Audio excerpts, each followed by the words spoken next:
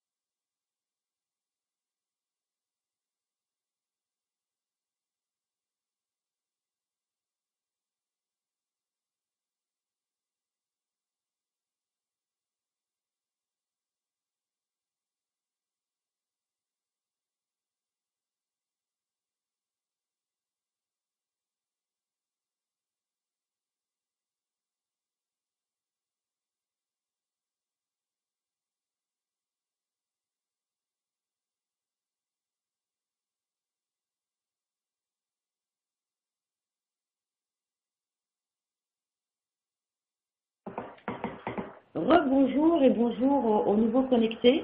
Voilà, les 2 minutes réglementaires sont passées. Pour les personnes qui se connecteront en cours de route, eh bien, ils intégreront la présentation. On a prévu quelques minutes d'introduction, ce qui laissera le temps à chacun de se connecter tranquillement. Encore une fois, n'hésitez pas à nous poser vos questions.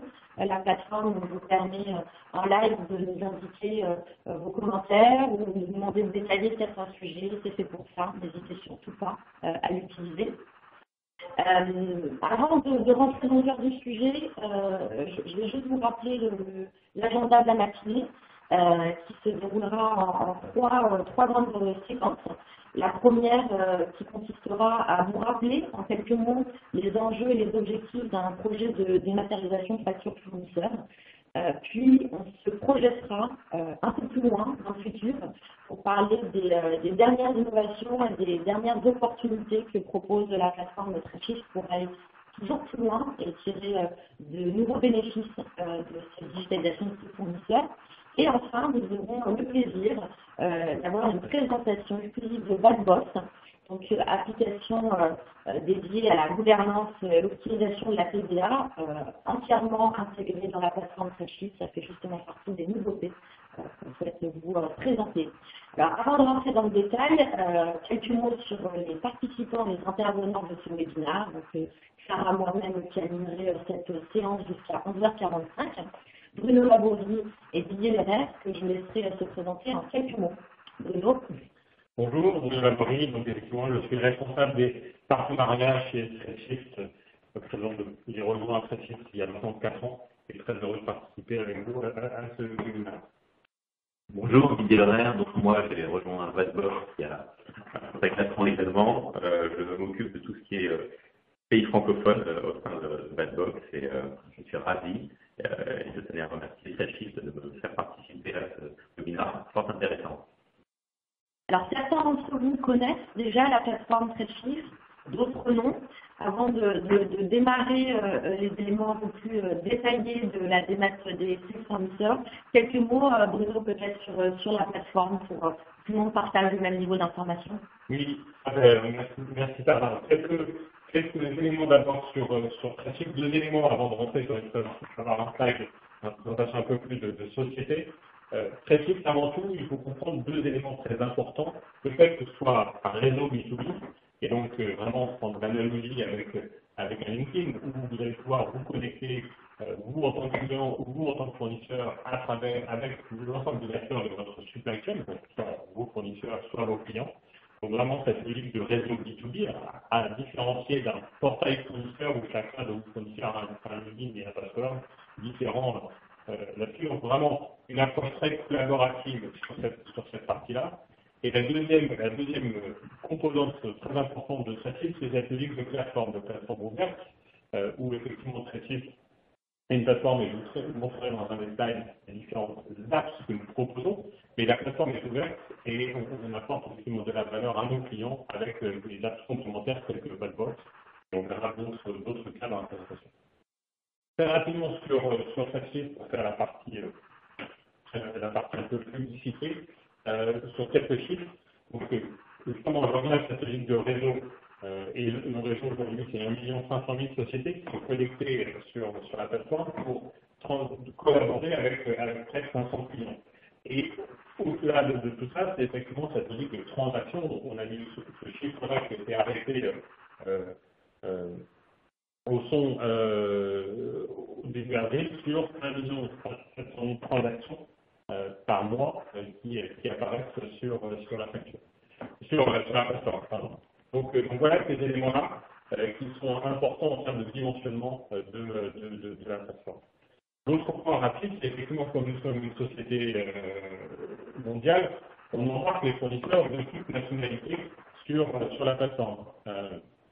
Et on est vraiment dans une logique où effectivement, à travers des bureaux stratégiques présents, il va embarquer les fournisseurs sur la plateforme. On y reviendra tout à l'heure quand on rentrera un petit peu dans le détail. Enfin, les éléments, c'est effectivement un de nos clients. Nous avons rejoint depuis maintenant près de 8 ans sur la plateforme. Vous en avez écrit quelques exemples. Vous pouvez voir une variété en termes de secteur d'activité, en termes de pays qui nous aident à continuer à avancer au sein de nos différents clients, mais aussi de continuer à signer effectivement de nouveaux clients, parce que vous voyez beaucoup de références dans beaucoup de secteurs d'activité. Dernier élément avant de rentrer dans la première partie que disait Sarah, c'est effectivement Threadshift, je reviens sur cette logique de plateforme, c'est cette logique d'axe. Et donc Threadshift, c'est vraiment trois axes propres, et puis une multitude de partenaires qui viennent apporter de la valeur. Premier élément, c'est Threadshift Pay, qui est effectivement sur les aspects de dématérialisation de factures. On y reviendra un petit peu tout à l'heure dans le reste de la présentation, mais on ne s'arrête pas au traitement électronique de la facture, on va aller jusqu'au paiement de Threadshift, voir la collaboration en amont sur la partie supply chain. Les autres éléments aussi sur la partie achat, et c'est Threadshift Buy, où là, Threadshift va proposer une marketplace ouverte, une marketplace privée en fonction de vos besoins, pour vous accompagner dans vos processus d'achat, sachant que dans beaucoup de cas, vous avez déjà des outils de procurement, et cela va vous accompagner sur la partie contenu, en tant que tel, et enfin la partie Go, qui est une application plus light du procurement en demande. Voilà pour rapidement une présentation de Threadshift. Merci Bruno. Vous l'aurez compris, on va consacrer le plus de temps possible à vous présenter les innovations et les opportunités. Donc si vous souhaitez avoir plus d'informations sur les fonctionnalités, on va dire plus standards de Threadshift, nous serions ravis de vous les développer. N'hésitez surtout pas à revenir vers nous sur ce point. Mais nous allons à présent rentrer dans le cœur du sujet qui nous préoccupe aujourd'hui pour ce webinaire. Et on garde un petit peu de suspense avant de vous parler des nouveautés et des innovations de la plateforme. Peut-être pour poser un petit peu le contexte, Bruno, et par rapport à tous les clients que vous accompagnez sur le sujet, quels sont généralement les objectifs et les enjeux d'un projet de dématérialisation fournisseur, les bénéfices que la plateforme justement propose dans cette gestion des flux et en quelques mots les facteurs clés de succès pour un déploiement réussi et justement aller chercher les meilleurs résultats. Oui, merci Sarah. Alors, effectivement, la dématérialisation de factures, ce sont des sujets qui ne sont pas nouveaux. Ce qui est intéressant, et c'est là où on va vous démontrer, c'est qu'on l'aborde différemment avec Redshift et qu'on l'aborde aussi de façon radicalement différente sur l'automatisation et la digitalisation de la collaboration avec les fournisseurs. Je vais commencer par juste reprendre les enjeux qui sont effectivement peut-être des choses que vous avez déjà entendues, mais le point il est important et vous allez le comprendre quand on va parler après de ce que va pouvoir vous apporter Redshift. Les enjeux, effectivement, c'est de réduire les coûts, réduire l'ensemble des échanges, mais au-delà de ça, c'est effectivement défendre la visibilité de la comptabilité fournisseur sur la supply chain. Parce que vous avez beaucoup d'appels au niveau de la comptabilité fournisseur, souvent vous avez beaucoup d'appels de fournisseurs qui vous disent où est ma facture, ainsi de suite, sans que vous ayez la possibilité. Et on verra comment à travers une plateforme comme Redshift, on va pouvoir accompagner cette partie-là. L'automatisation est effectivement aussi un enjeu important dans la fluidité des échanges. Enfin, l'autre idée, effectivement, c'est de dire de redéfinir les rôles entre vous, clients, et vos fournisseurs. Aujourd'hui, les fournisseurs changent souvent d'informations, changent souvent de rythme, changent souvent d'adresse, et on est sur un point où, effectivement, vous êtes au niveau de la comptabilité fournisseur, au niveau d'un centre de services partagé, souvent on recevez énormément d'informations et d'emails là-dessus, et parfois vous vous perdez.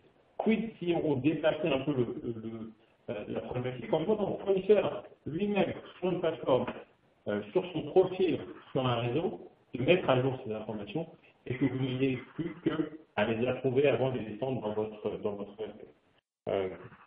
Et puis continuer effectivement à ouvrir de la visibilité, je reviens sur cette supply chain, tant à vos employés en interne que vis-à-vis de vos fournisseurs.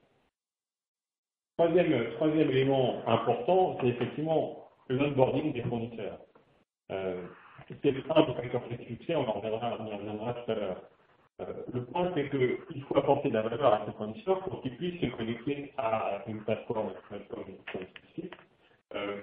En ayant des méthodes un peu originales, mais en tout cas faciles, de création de compte, d'une part, et sur ce site, on est bien sur une logique un peu similaire aux logiques comme vous pouvez créer votre profil sur Facebook ou sur LinkedIn, et aussi faciliter la vie en termes d'intégration pour que ce soit facile à n'importe quel fournisseur de pouvoir dialoguer et collaborer avec vous en tant que client. Bien évidemment, le dernier enjeu aussi de tout cela, c'est le respect d'un environnement légal qui bouge énormément et de travailler sur ce. Merci Bruno.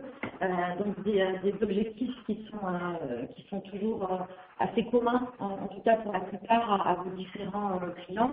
On va approcher là un peu plus, donc comme je disais, je sais que parmi vous, certains sont plus ou moins matures, plus ou moins avancés sur ces processus de dématérialisation des flux fournisseurs. Et encore une fois, on serait ravis de reprendre un petit peu ces bases avec vous. Mais l'objectif aujourd'hui, c'est de parler un peu plus du futur et de se projeter dans les dernières innovations. Donc, on va partir du principe et du scénario qu'on a déjà tous nos flux fluides et digitalisés. On est déjà dans un monde idéal pour les directions financières, les directions comptables et achats. Et qu'est-ce qu'on peut faire de plus une fois qu'on a atteint ce Graal? Qu'est-ce que la plateforme permet en termes d'innovation, de nouvelles solutions, d'aller chercher encore plus loin? Alors, à travers les solutions proposées directement par Redshift, mais aussi et surtout à travers tout cet écosystème et ce réseau d'applications que tu as évoqué tout à l'heure.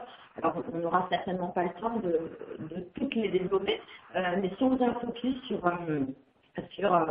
quelques-unes, alors bien entendu, il n'y a pas de hasard, on les a choisis au préalable, mais voilà, parlons de Supply Finance, parlons de Dynamic Discounting, de Virtual Card, et ces dernières innovations qui sont aujourd'hui très attendues par le marché. Alors effectivement, Sarah, le principe, c'est effectivement une fois que Redshift est mis en place, que vos fournisseurs sont onboardés sur la plateforme, mais aussi les éléments dont je vais parler sont aussi des formidables vecteurs d'onboarding, parce que l'objectif avant tout est d'apporter aux fournisseurs de la valeur pour que qu'ils vous envoient des factures et récupèrent ces commandes, mais qu'ils continuent en fait à travailler avec vous sur différents processus. Donc effectivement, en termes d'innovation, on peut parler, comme tu l'as déjà évoqué, de la partie d'optimisation des paiements. Une fois que les factures sont arrivées, qu'elles sont traitées de fait beaucoup plus rapidement parce que complètement digitalisées. Pour rappel, quand on reçoit une facture papier, c'est environ une douzaine de jours avant qu'elle arrive à la poste et qu'elle soit traitée. Et voilà. Et donc, en version électronique, ça veut dire qu'on peut alimenter beaucoup plus rapidement des programmes de reverse factoring, la partie supply chain finance, où certes, vous pouvez étendre votre DPO à travers des programmes de reverse factoring dans les partenaires bancaires, mais vous pouvez aussi faire du dynamic discounting, c'est-à-dire payer avec de l'avance vos fournisseurs en demandant une escompte, voire aller payer la longue paye, donc les petits fournisseurs, à travers des tarifs mensuels. Tout cela, ce sont des solutions qui existent déjà sur cette suite, et ce sont des solutions qui sont complémentaires en fonction de votre panel de fournisseurs, en fonction de la taille de vos fournisseurs, pour améliorer votre fonds de roulement et libérer aussi du cas dans la supply chain. Un de nos clients souhaitait effectivement, comme je le dis, voilà, patron de centre de services partagés, nous explique que lui, un des points clés, c'est d'être le meilleur client de ses fournisseurs. Les programmes de reverse factoring de dynamic discounting est un élément clé pour être le meilleur client de ses fournisseurs. L'autre innovation possible, c'est effectivement, vous êtes connecté avec l'ensemble de vos fournisseurs sur cette file et vous pouvez monitorer le risque lié à ces fournisseurs-là. Alors, on a ici trois éléments d'applications complémentaires dans ce domaine-là. Copas, que l'on connaît bien en France, qui va vous permettre de monitorer un risque plutôt financier ou un risque pays. Et donc, vous allez pouvoir grouper les fournisseurs que vous avez, avec qui vous êtes connectés et puis leur appliquer une demande à Copas pour vérifier le risque financier de ces fournisseurs-là. Vous allez pouvoir faire un instant T, mais surtout l'important, c'est le monitoring dans le temps de ce risque-là. Donc, Copas, c'est le risque financier. Freedom Plus, un risque lié à l'emploi, on va dire, d'enfants dans des usines et toutes les problématiques de réputation de marque, comme certains gros retailers peuvent avoir. Et puis compagnie, on est là sur la logique tangente de tous vos contreparties. Alors, ici les termes de KYC, Know Your Customer, mais on pourrait dire Know Your Supplier. Et on va pouvoir vérifier en temps réel, effectivement, le fait que les sociétés existent bien, soient bien avec le bon numéro de TVA Intracom, le bon numéro d'enregistrement au registre du commerce local, mais aussi vérifier sur le bon IBAN, aller récupérer de façon automatique un cabis, quand on parle de français, mais l'équivalent dans d'autres pays, et vérifier que telle société ne soit pas sur des listes de type PEF ou OFAC, donc des listes de sanctions là-dessus. Donc, cette partie-là, cette partie de monitoring, elle est importante pour vous dans la gestion de vos fournisseurs, tant sur la partie finance, mais aussi sur la partie achat. Et le point important, c'est que s'il y a un comportement, s'il y a un risque d'un fournisseur se met en place, ça s'avère qu'en guillemets, vous serez averti dans l'ensemble du processus que vous êtes en train de faire. Or, aujourd'hui, vous avez peut-être déjà des solutions comme Frankfurt, mais qui sont déconnectées de vous avez déconnecté de vos flux. Et le fait d'avoir tout en un sur votre outil, vous êtes averti en permanence de tout ça. Donc ça, c'était un peu le deuxième point. Le troisième point, effectivement, c'est la conformité légale. Comme on est sur une solution très simple, une plateforme qui vous apporte de la conformité, et on fera encore un zoom plus important avec Backbox tout à l'heure, cette suite vient vous accompagner dans la restriction légale de vos factures dans un certain nombre de pays, en particulier dans des pays d'Europe, très bien. Les pays d'Amérique latine commencent à être un peu plus exotiques là-dessus, ce sont des pays de type Iran.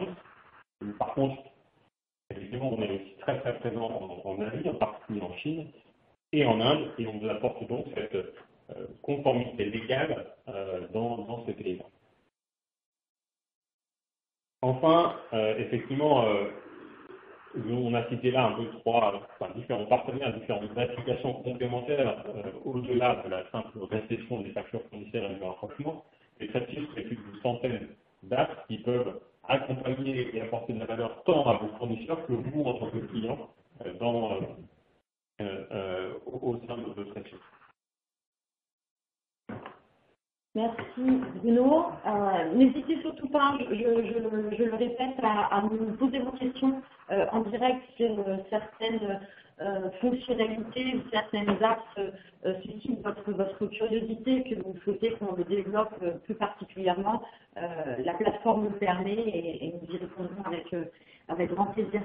Alors Bruno, tu as déjà commencé à introduire justement Vadbox, qui vient intégrer l'écosystème d'apps de Tradeshift.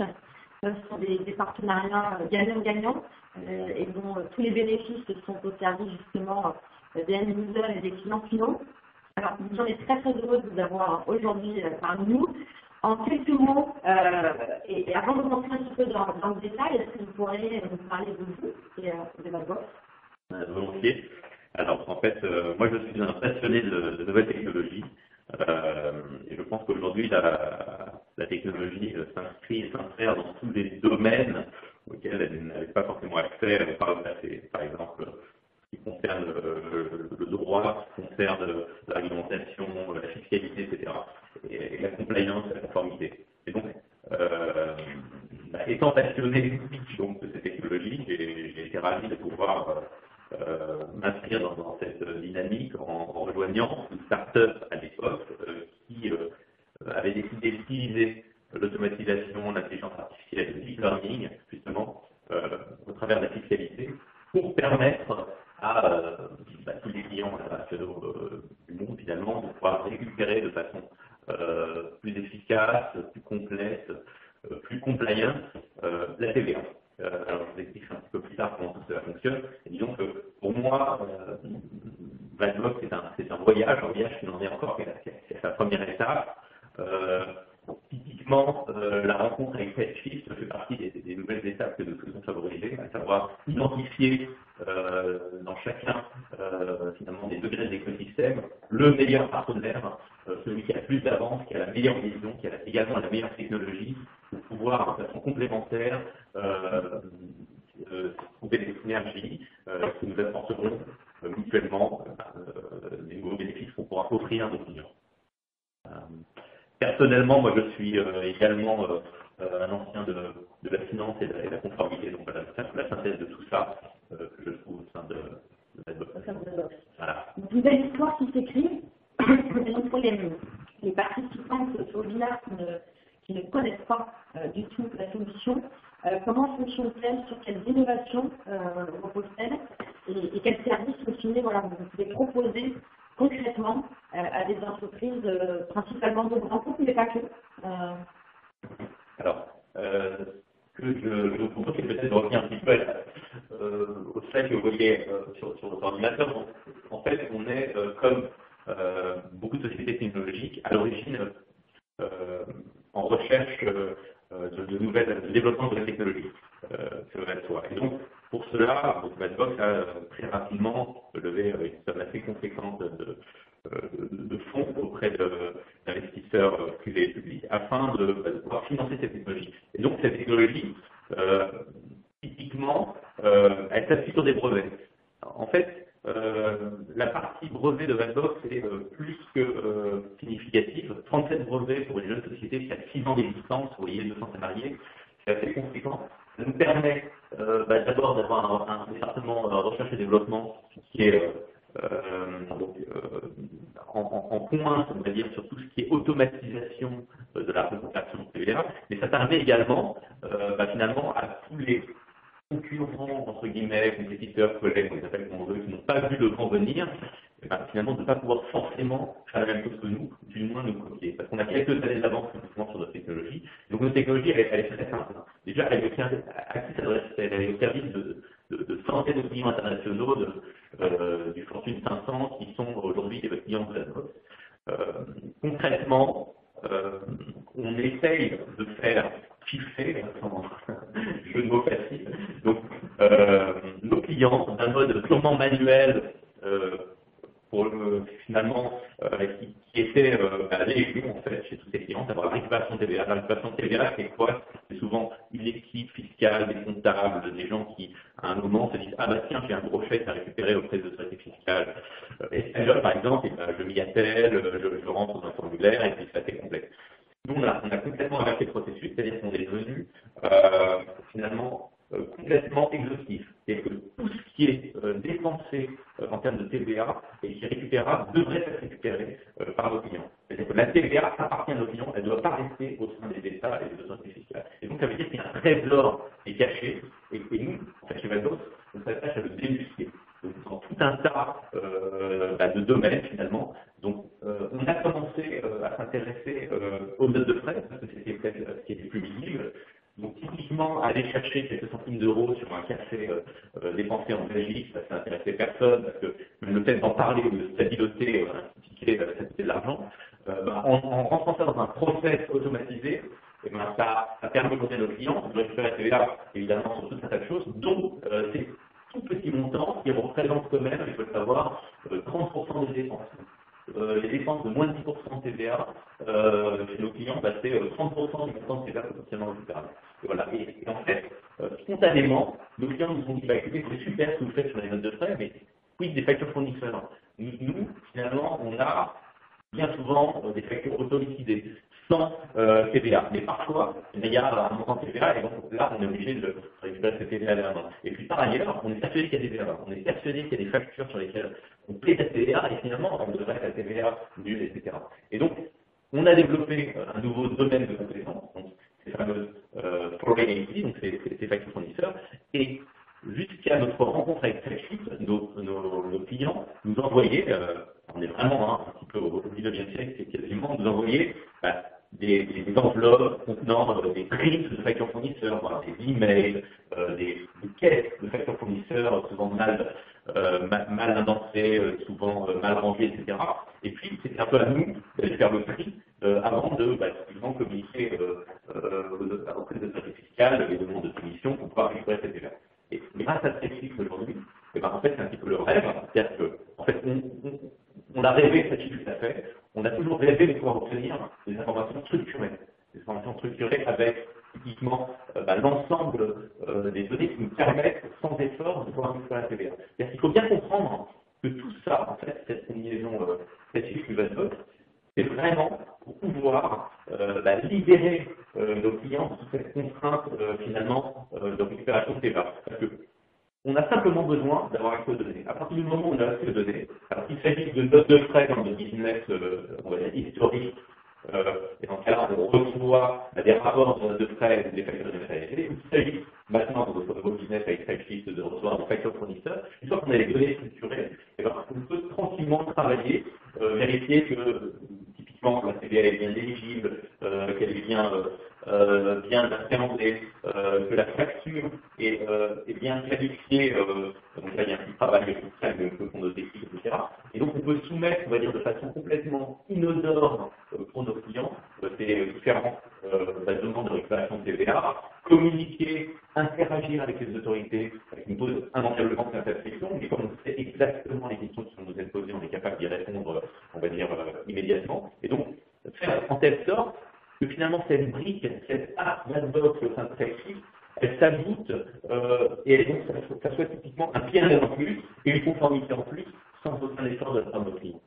Et donc aujourd'hui, on a cette solution qui est complètement outsourcée, une solution cloud qui ne demande pas d'installation pour nos clients mutuels présents et à venir. Et donc, il faut garder à l'esprit qu'on a transformé, si je devais synthétiser ce que je viens de dire en une seule phrase, donc cette récupération de TVA qui est quelque chose de compliqué, de rébarbatif, avec un tas de règles, de spécificités, etc., en un process simple, unifié et qui ne nécessite pas d'intervention de la part de clients. On voit toute la puissance des dernières innovations. En Telegram, on parle de big data, on parle d'automatisation, de robotisation, de cloud, qui permettent d'aller chercher des leviers, encore des gisements qui sont encore inexploités. Petite question peut-être sur votre business model, parce que ça fait rêver. Comment ça marche, comment ça s'intègre justement dans cet écosystème système d'autorité, de clients, de cloud, comment vous fonctionnez et comment les clients se formalisent ce partenariat avec vous? Alors, en fait, ça se formalise de façon très simple. Déjà, contractuellement, à un moment, les clients doivent nous donner donc, une délégation à pouvoir afin d'agir en leur nom auprès des autorités fiscales. Ça, c'est la partie juridique. Et puis, évidemment, il y a un contrat. Et ce contrat, en fait, il est au succès fees. Ça veut dire que on est parfaitement aligné avec le succès de nos clients. C'est-à-dire que à chaque euro remboursé par les autorités fiscales, on prendra une quote part. Mais ça veut dire que tant qu'il n'y a pas de succès, ou si on fait une demande et celle-ci n'aboutit pas, rarement, et ben, dans ce cas-là, le client ne sera pas facturé. Donc on prend le risque pour nous. C'est ce qu'on appelle un modèle gagnant-gagnant, autrement dit. Exactement.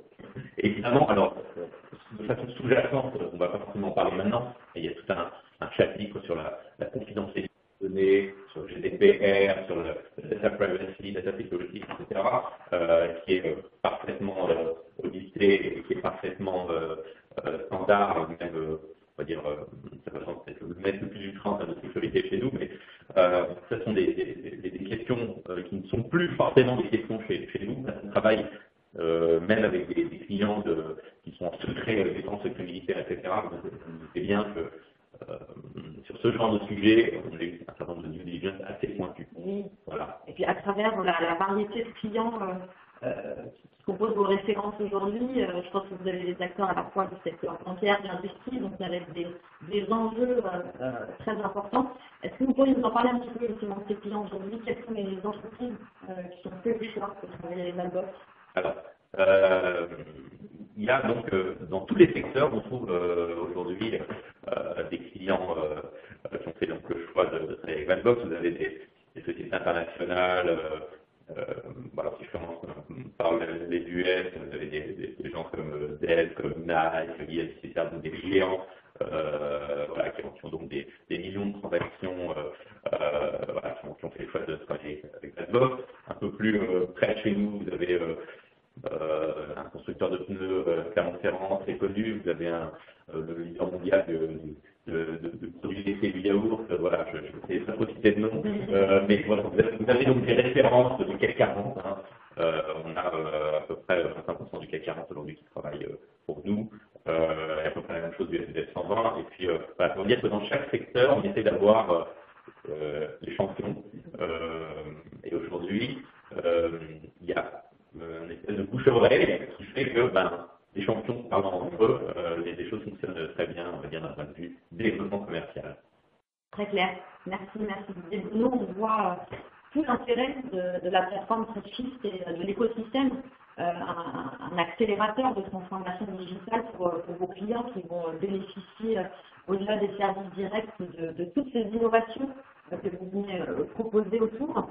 Mais peut-être pour revenir aux fondamentaux et avant de se lancer dans ce type de projet, quels sont selon toi les facteurs clés de succès et les principaux éléments à prendre en compte quand on se lance dans ce type de démarche? Alors, je pense qu'il y en a plusieurs. Je pense qu'un des points importants, ce ne sont pas des projets qui sont gourmands en termes de ressources IT, mais c'est quand même d'aligner le métier avec l'IT, parce que quand même on a à la fin un petit peu besoin sur des aspects plus d'intégration, et il faut quand même qu'ils soient disponibles pour le faire. Donc c'est vraiment toute cette partie-là, aligner et coordonner les finances, achats et IT.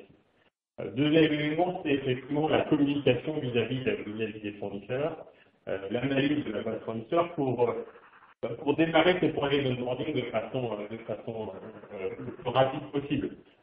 On est là, Threadshift est là pour vous accompagner en tant que fournisseur de la plateforme, mais aussi de service sur ces stratégies d'onboarding. Mais c'est clair qu'il faut aussi quand même avoir une base de données fournisseurs à peu près propre, ce qui est quand même rarement le cas. Donc il y a un petit travail préparatoire qui est nécessaire. Et l'objectif pour nous, c'est effectivement d'avoir des quick wins sur ces projets, d'être capable d'embarquer très vite 10, 15 fournisseurs qui vont vous apporter un certain nombre de volumes et qui vont vous permettre d'accélérer dans le traitement de vos factures fournisseurs. Un autre point important, c'est un effet réseau. Donc effectivement, si demain vous nous dites qu'il faut Adecco sur la plateforme, Adecco est déjà embarqué parce que d'autres de nos clients ont déjà demandé à Adecco de venir sur la plateforme. Et on dit que là, le travail de onboarding d'un Adecco est déjà fait. Mais voilà, c'est important. Et donc on commence à voir de plus en plus l'effet réseau. Pour Unilever, on a embarqué 400 000 de leurs fournisseurs voilà, très rapidement. Et de ce fait, ça a accéléré très vite et d'atteindre aussi des retours sur investissement rapides. Le point, c'est effectivement aussi d'inscrire le projet dans un contexte peut-être un peu plus IT. On a évoqué là la partie comptabilité fournisseur, qui est un des enjeux métiers dans lequel Tratis peut vous accompagner. Mais j'évoquais en introduction le fait que Tratis peut vous accompagner sur des logiciels d'achat, de marketplace, sur le fait que soit cette plateforme ouverte. Et on a de plus en plus de clients qui commencent, par la facture fournisseur, mais qui commencent par aussi à mettre en place 2 ou 3 dates différentes de nos partenaires en même temps qu'un projet de mécanisme de facture, parce que ça permet d'accroître sa visibilité, d'accroître cette transparence dans la supply chain là-dessus. Et puis un dernier élément, effectivement, c'est de dire que de fixer ensemble des KPI clairs de façon à pouvoir aussi assurer et mesurer ensemble le succès d'un projet tel que mis en place associé. Quels sont les avantages qu'on peut attendre très concrètement de ce type de projet? Les avantages sont effectivement, si on revient sur ces éléments-là, la logique d'une plateforme collaborative. Ce que j'évoquais tout à l'heure dans la partie réseau, c'est le fait que Tratis c'est aussi une plateforme collaborative en interne, mais aussi vis-à-vis de vos fournisseurs. Un des points qu'on n'a pas l'occasion de montrer, mais qu'on s'est de montrer à travers une plateforme, c'est cette logique d'universal inbox, on va être en capacité à dialoguer en même temps en interne et avec vos fournisseurs pour résoudre les problématiques que vous pouvez avoir. Et donc on a vraiment une collaboration très forte avec l'ensemble des acteurs de votre supply chain. Vos fournisseurs aussi, eux, ils ont un fort intérêt, parce que comme on apporte une compliance légale et fiscale de la facture, qui après peut augmenter par l'apport de Badbox, donc de ce fait-là, la facture, quand le fournisseur soumet la facture sur ce site, il sait que la facture est acceptée convenablement. Il y aura peut-être un écart de prix, un écart de quantité, que sais-je, là-dessus, mais c'est très rare. Et vous, en tant que client, vous avez aussi une garantie en termes de qualité des données des factures que vous pouvez recevoir. Et donc voilà, donc ça permet tout cela vraiment de ne plus recevoir de factures papier, donc limiter les risques, limiter les risques de perte, limiter les manipulations et avoir une vision, on va dire, 100% digitale de la relation avec vos fournisseurs. Très clair. On regarde encore un instant, pas de questions sur ces derniers éléments. C'est l'occasion, on avait prévu justement 5 minutes pour répondre à vos interrogations ou creuser certains points si vous avez particulièrement intéressé. Donc n'hésitez pas, tout est diffusé en live et donc nous pourrons répondre avec plaisir à vos éventuelles questions. Peut-être Bruno aussi pour donner un éclairage sur les actualités de Tratis et des derniers clients qui ont rejoint l'aventure. Est-ce que tu aurais quelques références, alors, avec les notions de confidentialité qu'on connaît, mais qu'on puisse se rendre compte de la typologie d'entreprise qui aujourd'hui s'occupe pas? Alors, depuis le début de l'année, en fait, d'abord, 38 clients nous ont rejoint au niveau européen, donc c'est quand même un nombre assez important et on continue à les accompagner. Alors, dans les clients, on continue à se développer dans les aspects du luxe, on va dire, soit français ou étrangers, très récemment. A aussi développé beaucoup autour de la logistique, soit sur les compagnies aériennes, soit des logisticiens. Je pense que quasiment les top 5 des gros logisticiens mondiaux utilisent Tratis maintenant. On continue à avancer dans tout ce qui est CPG, voilà, et aussi, on va dire, facilities management. Donc un vrai panel assez large en fait de nouveaux clients. On aura l'occasion lors de prochains événements effectivement de venir faire parler quelques-uns de nos clients historiques, par exemple dans le monde de l'automotive, ou dans le monde des utilities en France, où on a une variété importante de clients. Non, et puis dans les actualités toutes récentes aussi de belles levées de fonds qui viennent appuyer justement cette dynamique de croissance et d'écosystème, puisque vous embarquez de nouveaux partenaires à cette stratégie qui soutiennent et croient en cette croissance. Alors, effectivement, dans la dernière levée de fonds, et dans cette dernière aussi, on a un vrai engouement on va dire, des acteurs du monde de la finance, que ce soit des banques comme HSBC, Santander, Goldman Sachs ou Amex.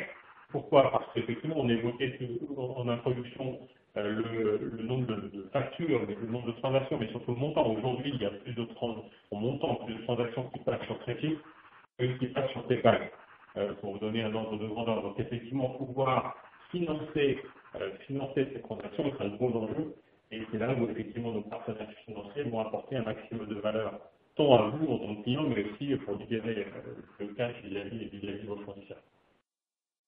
Très clair. Donc, comme tu l'évoquais, le 26 septembre prochain, pour donner des informations un peu plus précises au matin, nous organisons un petit déjeuner débat en compagnie non pas d'un client historique, mais du premier client Frenchist en France, si je ne dis pas de bêtises, qui, donc après 4 ans de projets intégrant les pilotes et les cadrages et les volets, mais en tout cas qui bénéficie aujourd'hui d'un vrai retour d'expérience sur la plateforme et sur la démarche, et qui, durant une matinée, nous présentera sa démarche projet, ses constats, ses enjeux, l'organisation interne aussi. On n'en a peut-être pas forcément parlé aujourd'hui puisque ce n'était pas dans l'ordre du jour, mais quelle organisation interne il faut mettre en œuvre en termes de parties prenantes, de sponsoring, d'organisation pour lancer ce type de démarche. Tu en as parlé aussi un petit peu tout à l'heure, l'onboarding, qui est un sujet crucial pour le succès de ce type de démarche, avec différentes approches qui existent selon les typologies de fournisseurs aussi. Voilà, donc tous ces sujets qu'on vous propose d'aborder, de développer ensemble le 26 septembre prochain. N'hésitez pas à revenir vers nous directement sur la plateforme par email pour avoir les informations plus pratiques sur cette matinée. Nous allons clore la session. On a laissé une dernière chance aux questions, mais dans tous les cas, nous sommes à votre disposition et pour la plupart d'entre vous, vous êtes déjà en contact avec nous. On va aller plus loin sur les sujets, on va dire, de plateforme standard Frenchist, mais aussi sur toutes les dernières innovations pour ceux qui sont curieux et qui aiment le changement. Voilà. Merci à tous. Bonne fin de matinée et à très bientôt. Merci Sarah. Au revoir, merci Didier, merci.